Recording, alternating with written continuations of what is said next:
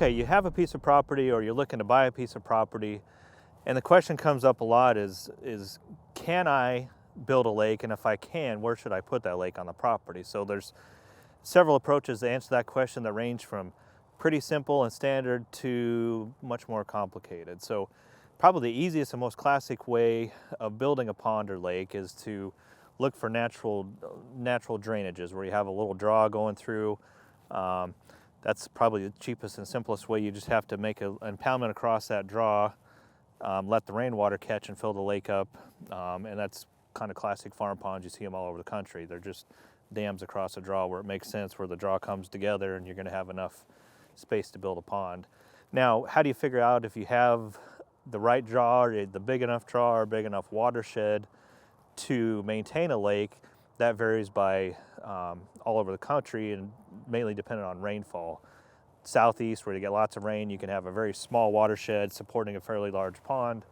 You go further north and west, you need a lot more watershed to sustain similar sized ponds. So the quickest way to do that, call your local NRCS office. They have watershed folks that can help.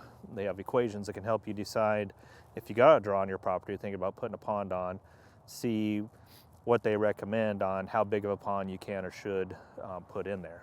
So those are probably the simplest and the easiest. Other ways, this lake we're standing on here is actually more of a levee lake. So there wasn't a draw here to begin with. It was kind of flat. We have a lot of water sources around us.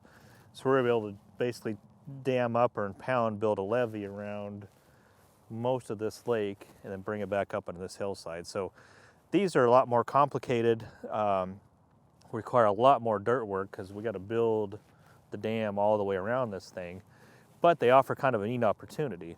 We had kind of a blank slate, so we can dig and we can move, we can use the dirt from the basin to build a levee, and in the process clear out trenches, build islands and humps and points, and really do some creative things with sculpting, but requires a lot more time, energy, and resources to pull off a lake like this. So how do you decide if you got enough water to pull this one off? How do you decide if you have, which type of lake is right for you? Simplest one, start with one of your NRCS officials.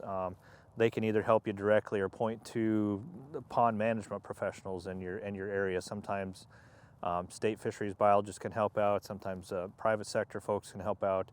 Talk to somebody that's built a lot of lakes in the area, see what their experience is, and they should have a pretty good knowledge of what might be possible on your lake.